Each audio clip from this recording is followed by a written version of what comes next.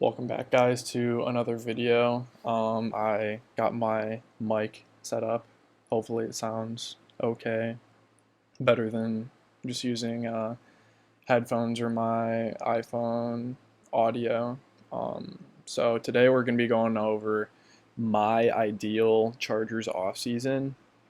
So that's free agency and the draft and some depth pieces as well.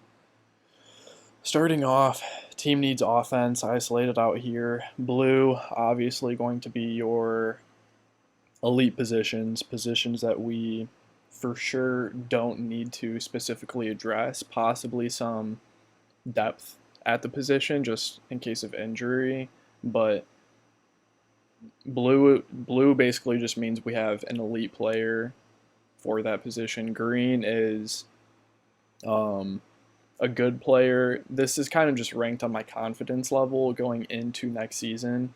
So blue, without a doubt, like I know that position is locked in.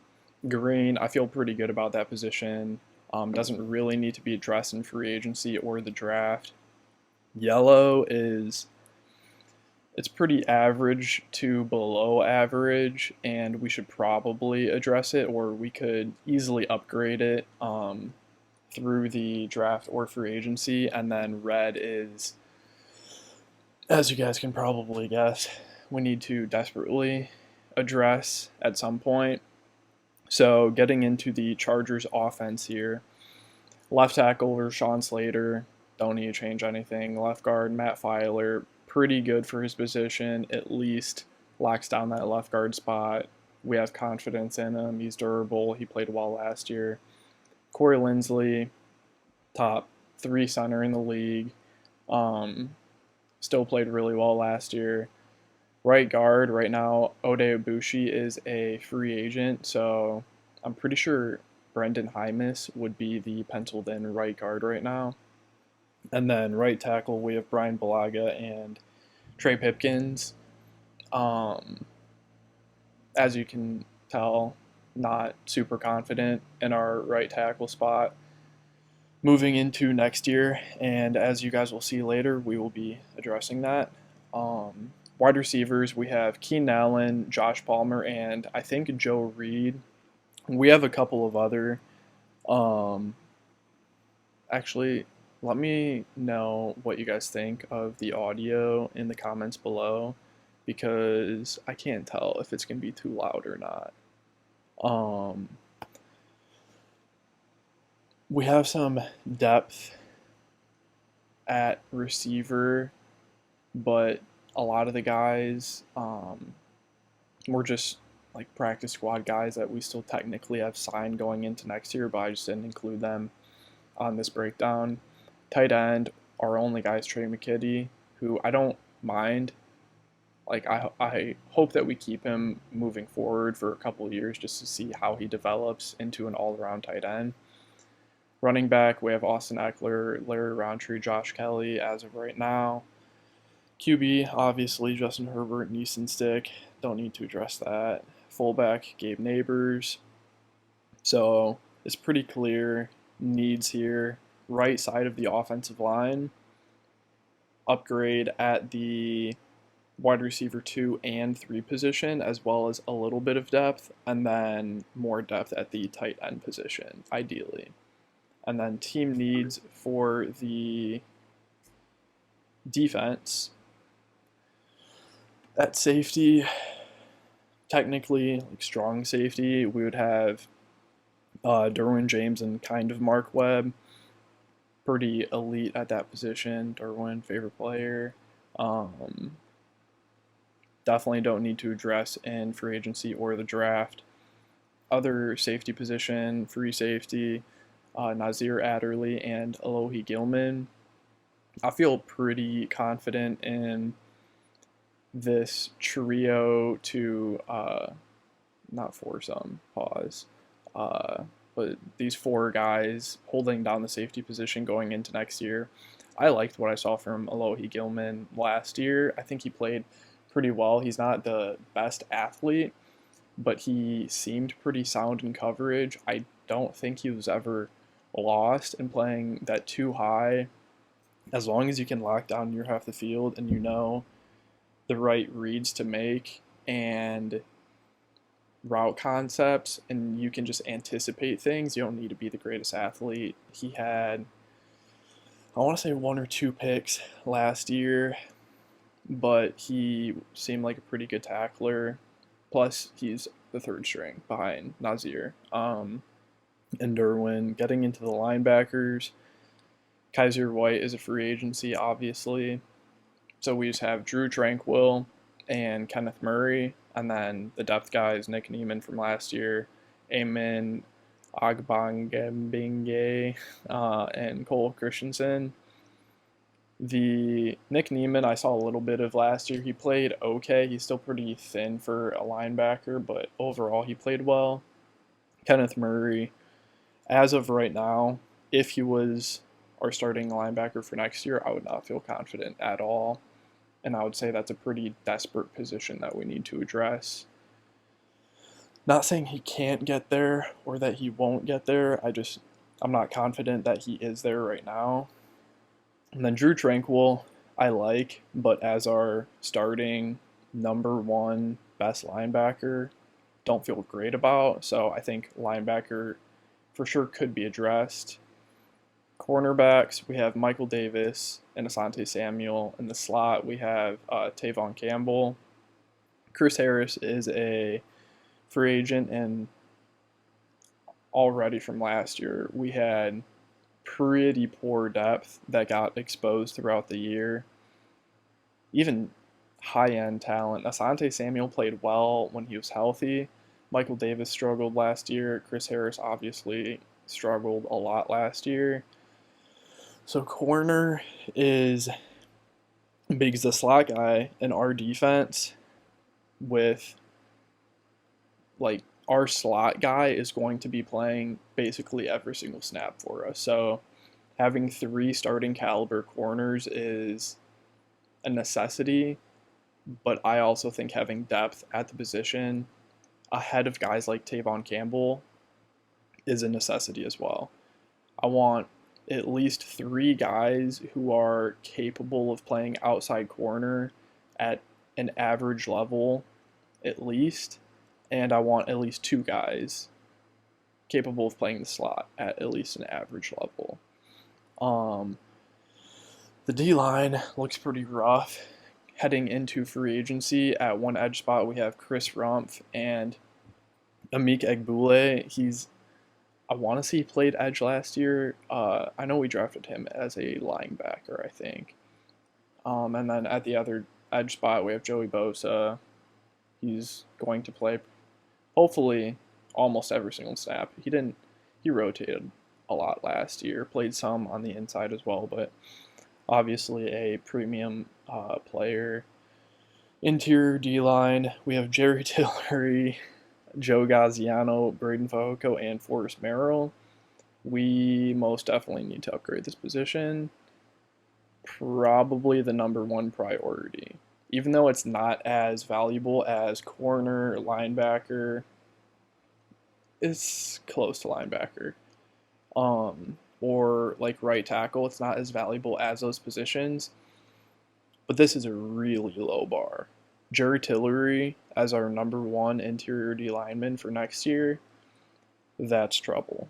We're not going to be able to do anything against the run or have any interior pass rush if we don't address it in free agency in the draft. I'm not saying we need to go out and throw all of our money and all of our resources at it, but it can't be ignored, I will say. So moving on, this is what I think, or this is who I think we should bring back of our own guys. There's a lot of free agents that we have, some restricted free agents, some unrestricted. I personally think that we should re-sign Mike Williams. This is one of the most talked about topics among Chargers fans.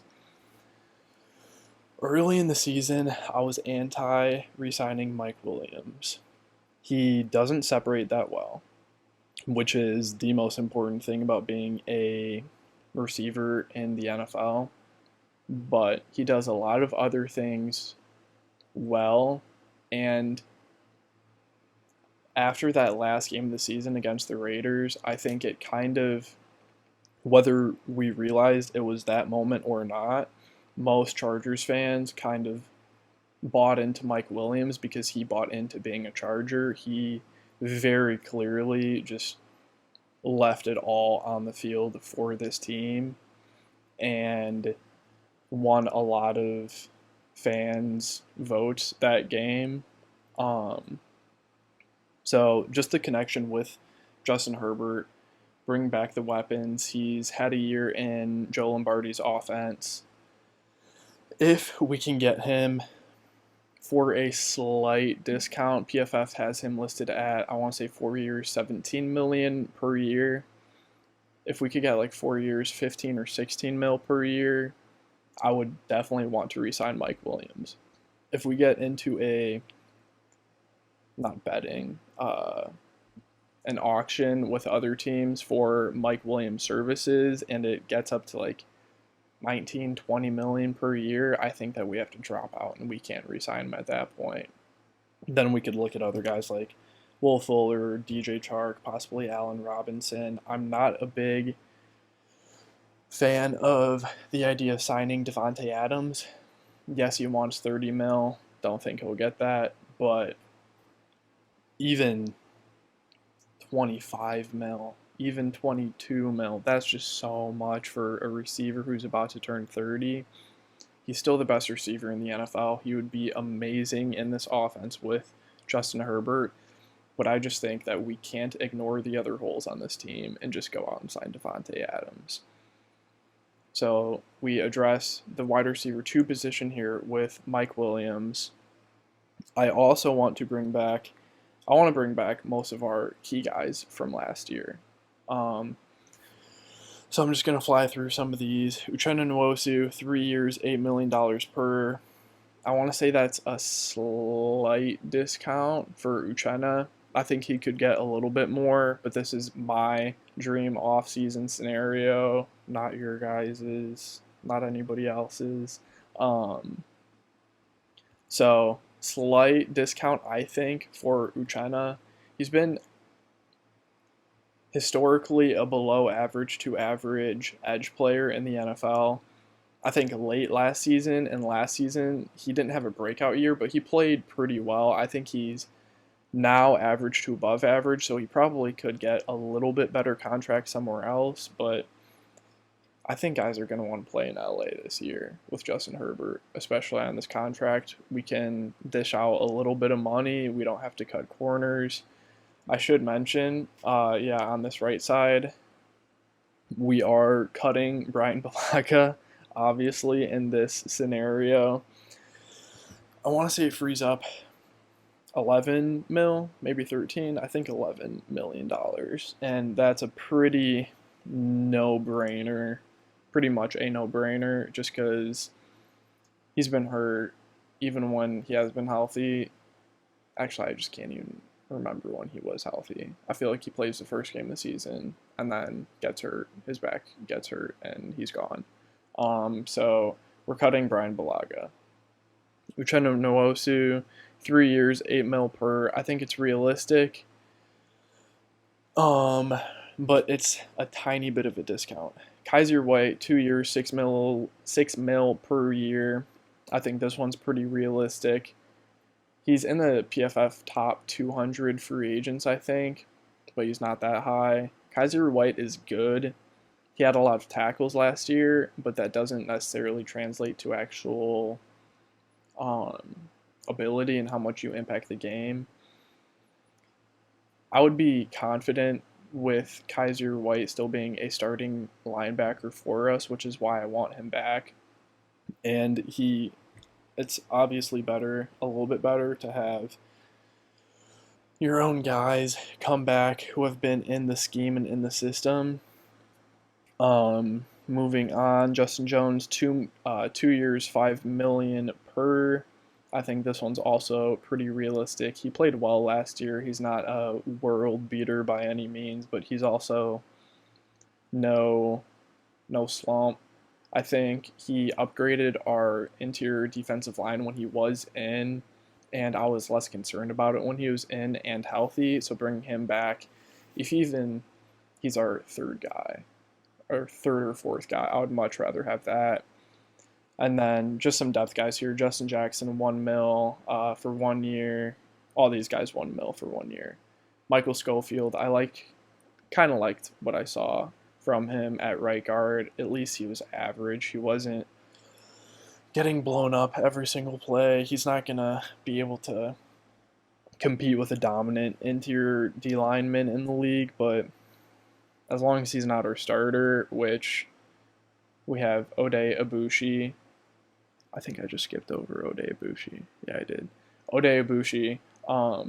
He's going to come back as our starting right guard, hopefully.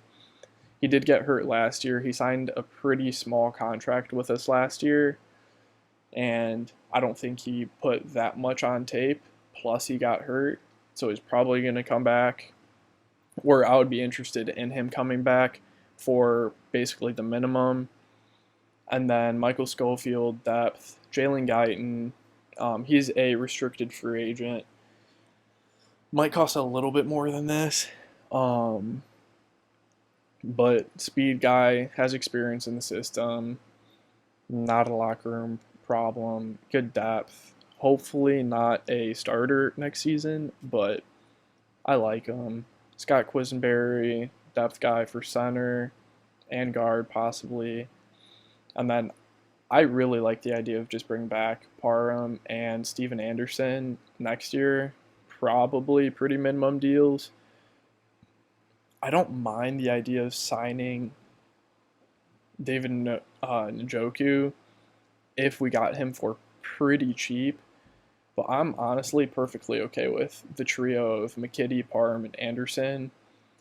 I think that they complement each other well. Steven Anderson is kind of a receiving fullback almost, but he has good hands. He's a really good blocker, I think.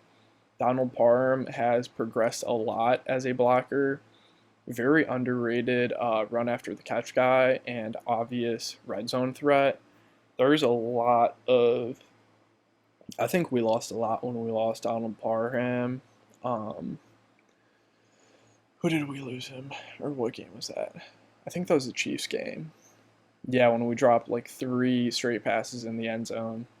But I like the trio of McKitty, Parham, and Anderson, and I would be okay going into next season with just those tight ends. And then Kyler Fackrell didn't put that much on tape last year. Highly doubt he's going to get a huge deal anywhere else, but depth at edge never hurts. And then free agents that I want to bring in, Morgan Moses, right tackle, 3 years, $8 million per. This guy hasn't missed a game since 2015. He is very average to slightly above average, but I think that is all we need for right tackle. He's healthy, he's durable. Pray to God that we don't need to see if Trey Pipkins has progressed at all. But I think just locking down that right tackle position for the next 3 years, even if he doesn't absolutely stonewall, shut guys down every single game, it's not going to be Storm Norton. We're not going to have Max Crosby running through Morgan Moses every single play straight into Justin Herbert in the fourth quarter again. He will be an improvement over Storm Norton, which isn't saying much, but it's what we need. Second, we have Sebastian Joseph Day from the Rams, interior D lineman, 3 years, $8 million per. He's good against the run, capable pass rusher, and I guess, I'm trying to think, him and a guy who will be later in this video will probably be our starting interior D line, which I think I would feel pretty confident in. A lot of Chargers fans have been talking about Sebastian Joseph Day. I might just call him SJD because he has a long-ass name. But depth signing, as I was talking about earlier, interior D-line, we must address. I was about to do a double negative. But we must address it in free agency. and probably the draft as well. As you can see from the next free agent, Harrison Phillips, I want to say he's from the Bills, I think. Interior D-line, great against the run. Pretty sure he plays mostly 3-tech. 2 mils, 5 mil per. Not a great interior pass rusher, but Jerry Tillery, average to possibly slightly above average pass rusher. So third and longs, obvious passing situations, we can get Jerry Tillery in there. And then possibly Harrison Phillips on early downs just to stop the run.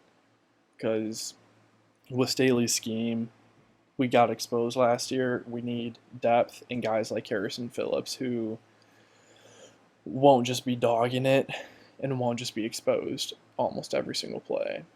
And then this is one I don't think I've heard a lot of Chargers fans and Chargers channels talking about, but DJ Reed, the cornerback from the Seahawks, he's played almost entirely outside corner for the Seahawks. He had a pretty good PFF grade last year. He's kind of under the radar, and I think that he would probably be penciled in as a day one starter. He's 5'9", but he played well on the outside, similar to an Asante Samuel. He could get kicked into the slot, but he doesn't need to be. So this could be the third guy who's capable of playing on the outside. If we have injuries, a quality depth piece, we need to address the cornerback position. And whether that's one or two guys from free agency, I'm all for it. I don't think I've done a lot of these offseason scenarios between drafts and different free agency scenarios. This one was my favorite with re-signing Mike Williams and Uchenna. Those are the two key signings. I did one where we signed J.C. Jackson, and it didn't turn out bad, but I want to say I had miscalculated how much DJ Chark was going to cost. So the way that I calculated out, our wide receiving core looked way better than it actually would be, because I said DJ Chark was going to get like 3 or 5 million per year, even though he's projected, I think, about 12.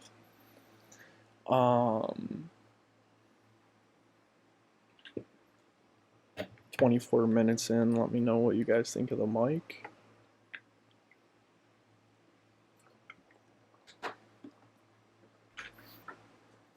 Genuinely, let me know what you guys think of the audio and the video. Any improvements that you guys think I could make to these videos.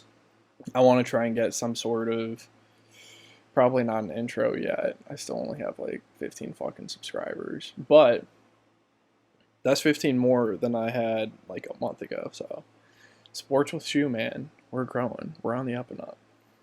Moving on, the draft. So the best draft that I had, and I think that it was realistic, I did this one with the PFF mock draft simulator, and then I did another one, and the guys all were drafted around the same positions multiple times. So it wasn't fluky. I think all these guys could realistically be in these spots on draft day. In the first round, I traded back from 17 to 27, which I want to say is a Bucks pick, I think. And I got an extra third rounder. I wasn't expecting to go into that draft, or even this draft in general, wanting a linebacker, and I don't think I want a linebacker.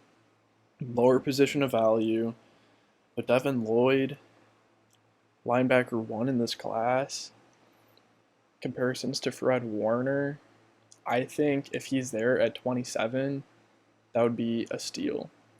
Linebacker possibly of the future, all around, great in run defense, great in pass, great in pass coverage, okay pass rusher, but that's why we have Kenneth Murray. But Devin Lloyd at the tail end of the first round, starting linebacker for the next possibly 10 years. There's a little bit of drop off in linebacker, but him and Kaiser White, Drew Tranquil as LB3, and then praying to God that we don't need to see Kenneth Murray on that field again. I think that this would be a huge upgrade to our defense with Derwin in the back, versatile, moving all around. Joey Bosa on the D-line, creating pressure. Having a guy in the middle who can still make plays in the run game, in the pass, I think it would be able to transform this defense, or at least upgrade over Kenneth Murray, and we never have to see him on the field again.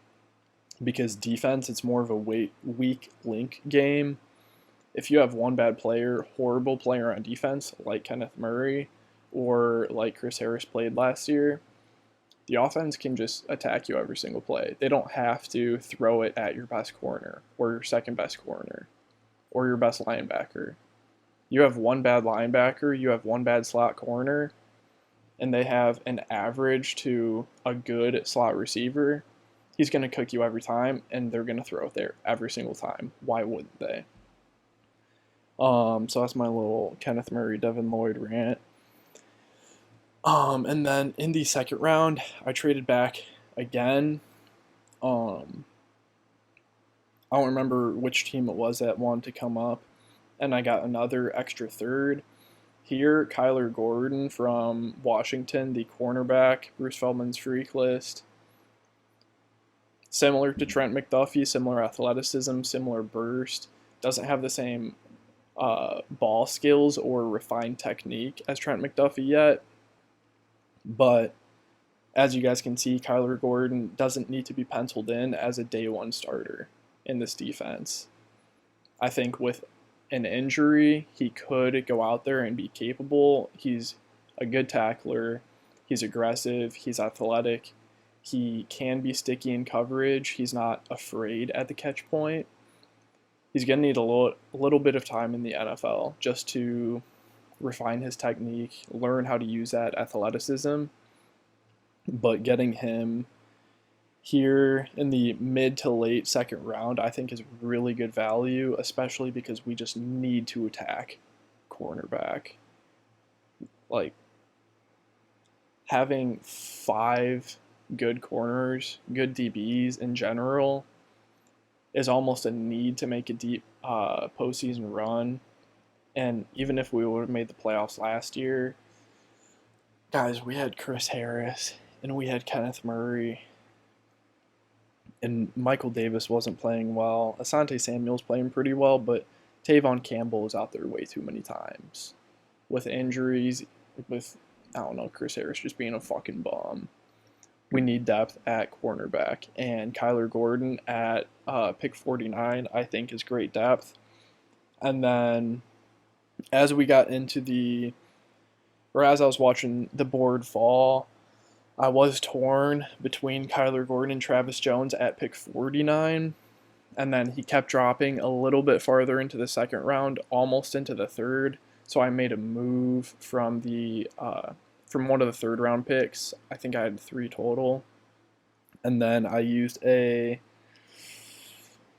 don't remember if it was a 4th, 5th, or 6th round, but I used those 2 picks to move back up and get Travis Jones out of UConn, interior D lineman. Real quick, just blew up the Senior Bowl. Nose tackle of the future, could play 3 tech. Good pass rusher, good in run defense. I think him in the second or possibly third, probably second, over Jordan Davis in the first, that value change difference is massive, because I don't think there's even that big of a difference between Travis Jones and Jordan Davis, but especially getting one at the tail end of the second and possibly having to get Jordan Davis at 17, to completely, it's just a very easy choice, I'll say that. Round 3, pick 81, I went Boye Mafe, edge out of Minnesota. I want to say it was Daniel Jeremiah that told Mike Renner at the Senior Bowl to watch out for Boye Mafe. He's probably going to go in the first round. That hasn't been reflected on most people's draft boards. So Boye Mafe, he did do really well in the Senior Bowl as well. Not quite as well, obviously, as like Jermaine Johnson or Travis Jones, but I think him as our third edge rusher behind Uchenna and Joey, not having to throw him out there day one as a starter, letting him develop a little bit more precise snaps whenever our defense or Staley wants to play him in certain situations to play to his strengths and kind of hide his weaknesses early in his career. I think that could work out really well as depth at the edge position. Having more pass rushers will never be a bad thing. And I also feel better about having him be our third edge over Chris Rumpf or Kyler Fackrell. Having depth is good, but Boye Mafe is definitely in a different tier than those two guys. Round 3, pick 98. I want Sky Moore, wide receiver out of Western Michigan. If you guys watch my top 10 wide receiver breakdown, I want to say he was 6 or 7, maybe 6, but he's compact, like 5'10", but great route runner. The guy just gets open.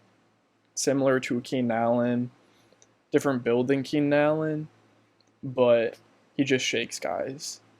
It's the most important thing about being a receiver. He's not going to beat you in jump balls. He's not a Mike Williams.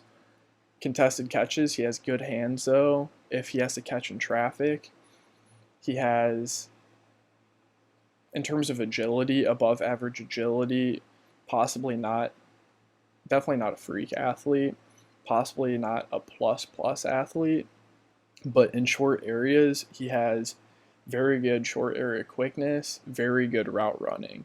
And I think getting him in the third round, possibly to be our wide receiver 3, just because he's a little bit different than Josh Palmer and Jalen Guyton. Really, after Mike Williams and Keenan Allen, these 3 guys, 4 with Calvin Austin later on, will all have their role in our offense. And having depth, if Keenan or Mike goes down, Josh can step in, Sky Moore can step in, Calvin Austin can step in. Calvin Austin will be a little bit more gadgety. But moving on, 4th round, pick 119, Kellen Diesch, offensive tackle out of Arizona State. I want to say he had either the highest or one of the highest PFF grades in the country last year.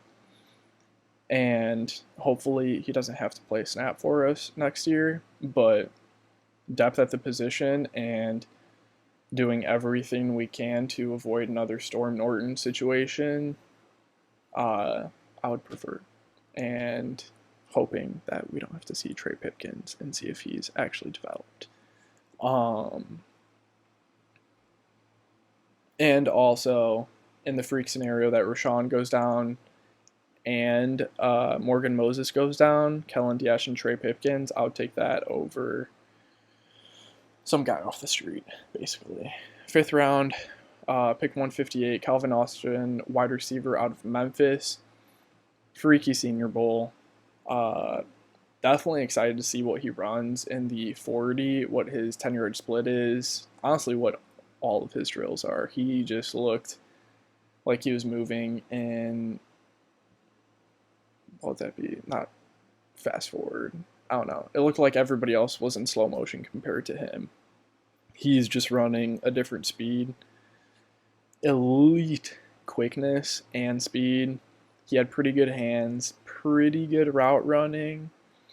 He is small. Never going to be your wide receiver 1. Possibly never going to be your wide receiver 2. But wide receiver 3, gadget guy, take the top off of a defense, expose certain matchups, this guy will be a weapon for any team that drafts him, but especially the Chargers. We need more speed. Chargers fans have been saying this since we got Justin Herbert, but more speed, more speed. Round 6, pick 195. I would be surprised if Cordero Flat was here. DB, cornerback out of LSU. But PFS Drafts Board, almost every single time I've drafted, he has, hopefully you guys could hear me. I sat back. But he's been there in round 6 and most draft boards that I've seen. He played slot corner, I want to say in 2019. He's moved to the outside for LSU. But this guy has NFL speed, NFL ball skills. Does need to put a little bit more weight on. He's not afraid of contact. Plus, he went to LSU DBU. In the 6th round, I think that would be a steal. Hopefully, doesn't have to play much in year 1. But if he does, I don't think he'd be lost in coverage. He might get bullied a little bit in certain situations, but I would rather have that than a guy just look lost out there. He's not going to get lost in coverage. He's going to be there and have a chance to make a play. Whether or not he has the size to make that play. And I don't want to... He's not short, and he doesn't have short arms. He's not who's Roger McCreary. He's long. He has decent height, but he's just so thin. And he's slowly been putting on weight here at LSU. I think that's going to need to continue in the NFL too. And then in most of the drafts that I did, in the 7th round, I would get Zaquandre White. I haven't watched any tape. I watched his highlights, but in the 7th round, just who knows with running backs. Take a guy late. Hope it turns out. We have Austin Eckler and we got Justin Jackson. And we've been attacking guys late in the draft. Anyway, I think that the value is not there for running backs early in the draft, especially for us. They just wouldn't see the field. Not that important of a position. But Zaquandre White out of South Carolina. We can possibly cut a guy like Joshua Kelly. I don't think he's going to break out in like year 4. I think year 4. And then pick 252, Matt Araiza, the punter out of San Diego State. If you guys haven't watched his highlights, go watch them. Dude has a missile launcher attached to his right leg, right hip.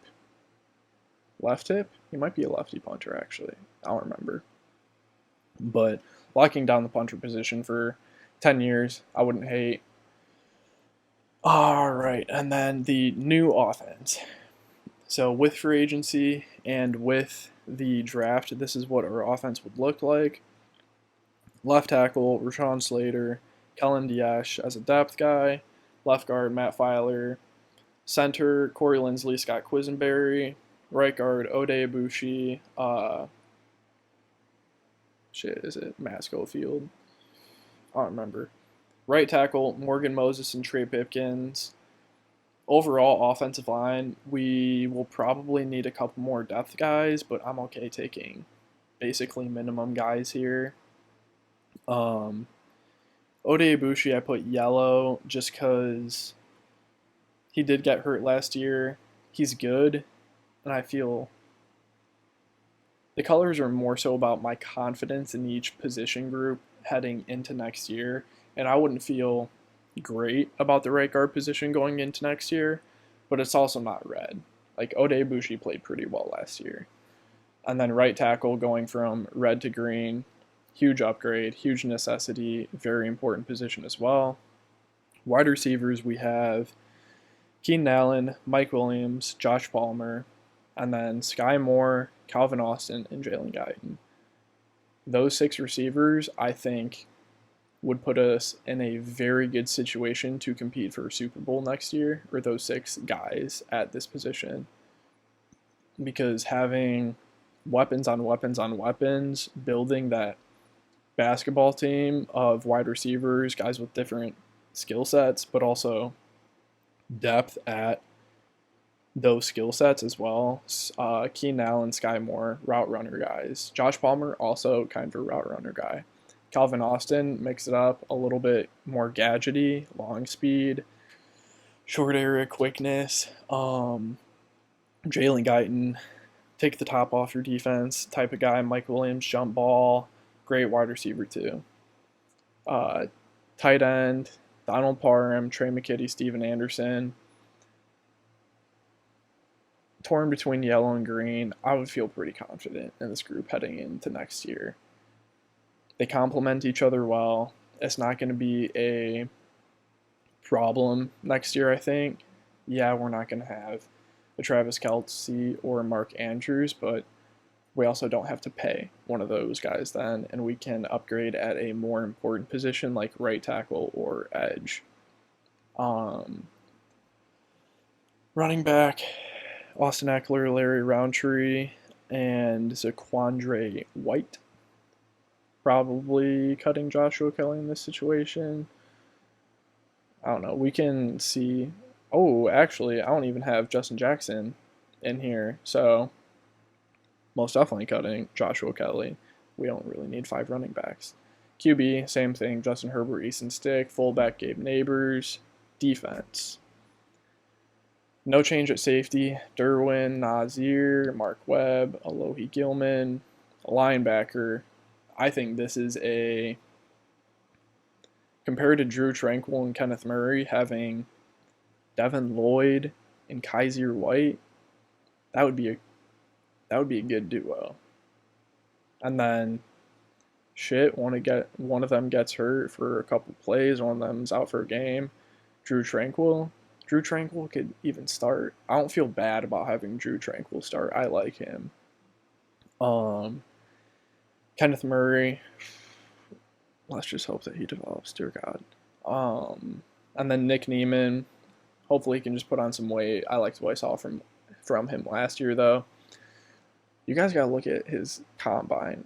I think we got him in the 5th or 6th round last year out of Iowa, but this guy had a really good combine for a linebacker last year. He's just a little bit thin. Cornerback, we have Michael Davis, Asante Samuel, DJ Reed, Kyler Gordon, and Cordero Flott. Where I put them here isn't necessarily where they would start day one, but allowing Kyler Gordon to possibly sit a year or just get limited reps just to try and get his NFL technique down, kind of. Just get a little bit more experience at the position while being such a freaky athlete. If one of these other guys does get hurt, I don't think he would be lost day one. Same thing with Cordero Flott. But I think this would be a huge upgrade to our cornerback room. Michael Davis, Asante Samuel, DJ Reed. Compared to last year, guys, it was just Michael Davis, didn't have a great year. Asante Samuel was out with a couple concussions. Chris Harris was an absolute bomb. But these 5 guys, possibly one more, we can bring back Tavon. He knows the defense, at least, I think. But depth at cornerback, same thing as receiver. You gotta build deep at certain positions if you want to make a deep postseason run. Edge, Uchenna Nwosu, bringing him back. Didn't break out last year, but above average player at this point, I think. Boye Mafe, limited reps. Put him in there for what he's good at. Uchenna Nwosu on a 2 or 3 year deal. That should possibly coincide with Uchenna's or Boye Mafe's next deal, so we can kind of see where to go.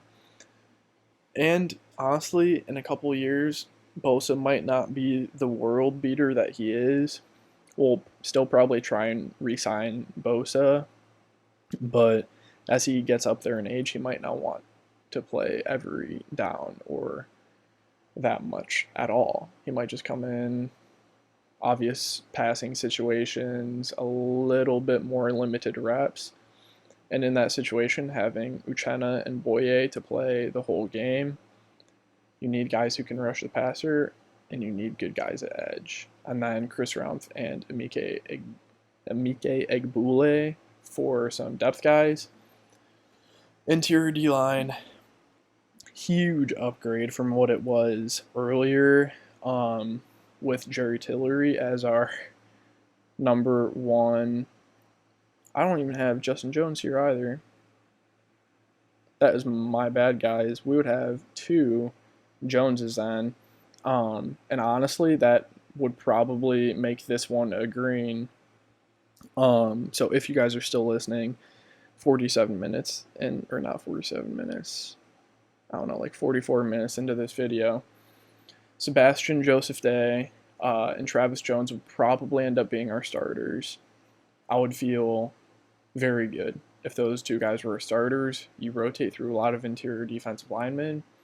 Harrison Phillips, Justin Jones. I feel great about those being our first 4 interior defensive linemen. Obvious passing situations, Jerry Tillery, first round pick. Oh, we can see what he can do. I don't want him out there as our first string D-tackle though. And then Braden Fajoko and Joe Gaziano as well. So that wraps up my ideal Chargers offseason. This is pre-combine. There's going to be a lot of movement on draft boards. Free agency is also in... That was probably a really annoying noise. I'm sorry. Free agency is also in a couple weeks. So I'm probably going to try and get possibly a top 10 edge players out before the combine if I can. Let me know what you guys think of this offseason, my ideal offseason for the Chargers.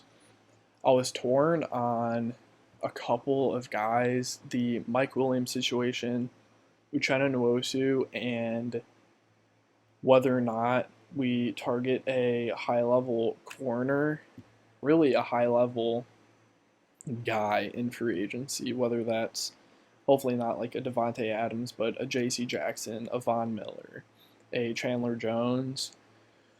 Let me know your guys' thoughts on signing a high-level free agent like that, because when I did J.C. Jackson instead of some of like Mike Williams and Kaiser White, it did change the landscape and the look of this team a lot, as well as how we drafted. So after free agency, a lot of our mock drafts are going to look a lot different just because, for example, if we don't re-sign Mike Williams and don't really go anywhere in free agency, we're probably thinking wide receiver round 1 and hoping that a Drake London, Jameson Williams, Garrett Wilson is there. If not, possibly trading back, getting a Treylon Burks, Chris Olave, one of those guys. But let me know what your guys' preferred path is in the offseason, whether that's re-signing Mike Williams or not.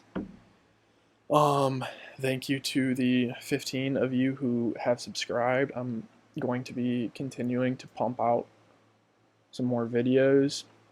I was waiting on getting this mic and getting set up to make this video.